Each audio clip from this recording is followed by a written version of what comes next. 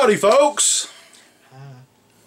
Creep, Kentucky. I'm Uncle Bill. And we're here for yet another special review, folks. Are you excited, Uncle Bill? I am. This is the New Year's Rockin' Review series. That's right. Because we're going to take a look at an impeccable, daring, undoubtable, remarkable film, according to Bloody Disgusting, which I respect the fuck out of them. Yeah. Anything they... That's bound to be true. Anything they review. Yeah. Midnight Sun. I just can't say enough good things about this. I can't. You know, Midnight Sun, of all of the Sun movies that's been made, you know, Midnight was my favorite. You remember Night Sun came first. Yeah. And then Dawn of the Sun. And then Day Sun. And now they got Midnight Sun. And then they're working on Diary Sun, too. Yeah. But, yeah. Fuck this shit.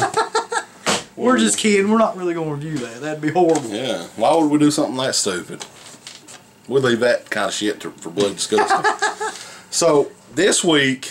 We're going to review something much better than that. We're going to take a look at a Wes Craven film that a lot of people probably have never seen or never even heard of.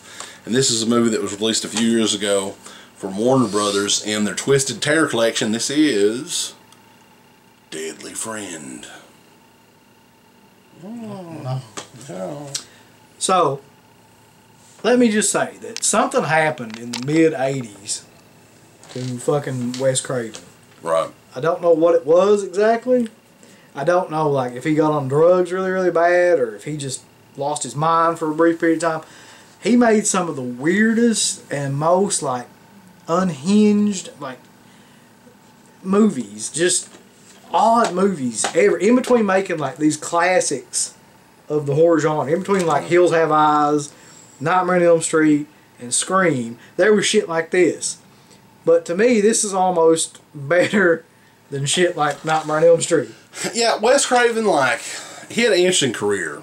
You know, like you were saying, I mean, he did in the late 70s, mid to late 70s, you know, you had Last House on the Left, and you had Hills Have Eyes, and then he kind of, you know, went nowhere for a few years, and Nightmare on Elm Street, like you were saying.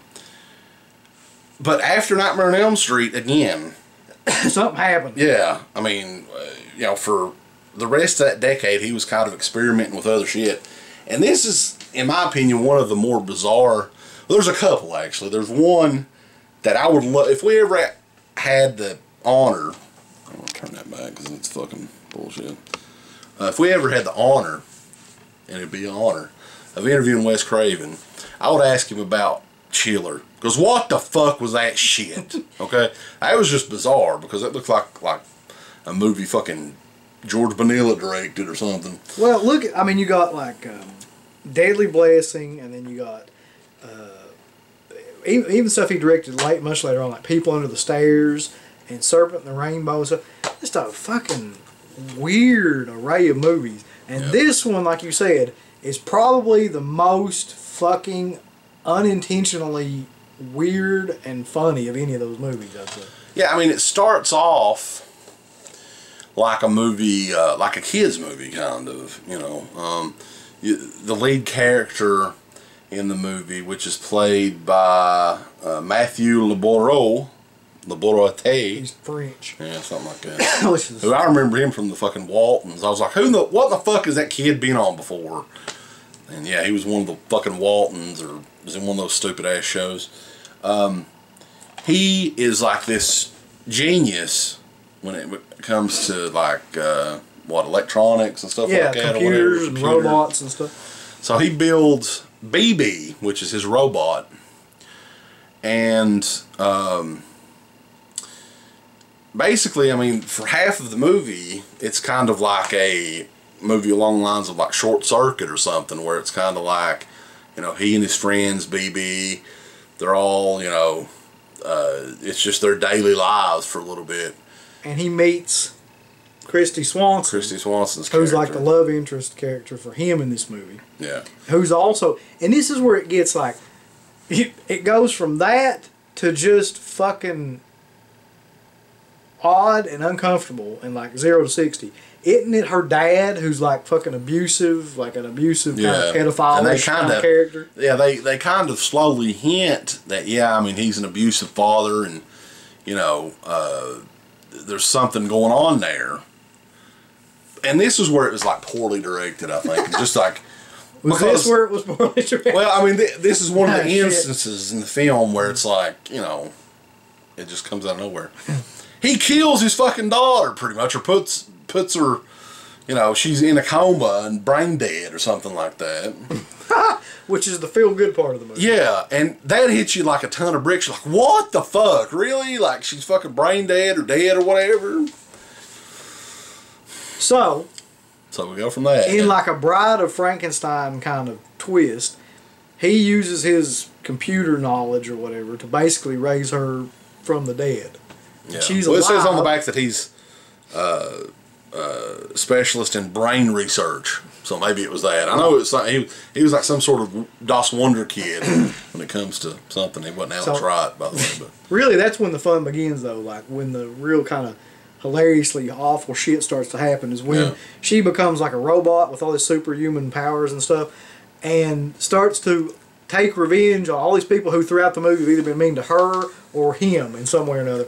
And bar none, the best scene and the only scene a lot of people remember from this movie is one of the people that was mean to him was this old crotchety woman that didn't want him in the yard or anything, that was played by Anne Ramsey, who you might remember from the Goonies, you know, as the mother for Telly. It's me, Eddie. Take it. So, the best scene, one of the best scenes I've ever seen in any film, and that includes like Casablanca and fucking, you know, Seven and actually, all I'm actually not a fan of Casablanca. I've tried to watch it. It's shitty. Sorry. But this is right up there with the classics. Humphrey Bogart can suck it. I can feel the mailbox of it like getting filled up right now, the email.